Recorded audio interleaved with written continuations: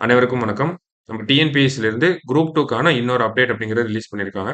என்ன அப்படின்னு பார்த்தோம்னா, நமக்கு ஆல்ரெடி ஃபேஸ் 1 இன்டர்வியூ அப்படிங்கிறது நடந்திருக்கும். அத வச்சு அவங்களுக்கு கவுன்சிலிங் அப்படிங்கிறது நடந்து முடிஞ்சிருக்கும். ஓகேங்களா?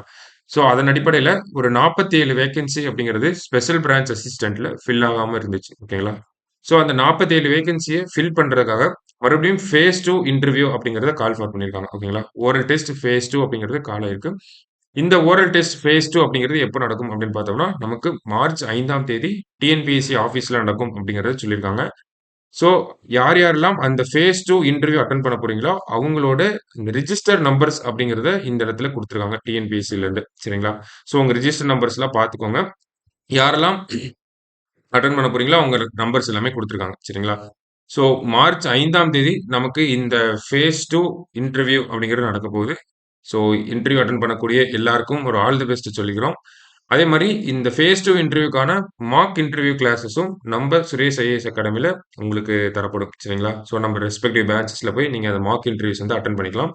ஸோ இன்டர்வியூ எல்லாரும் இந்த ரிஜிஸ்டர் நம்பர்ஸ் வந்த எல்லாருமே இன்டர்வியூக்கு பிரிப்பேர் பண்ண ஆரம்பிச்சுருங்க.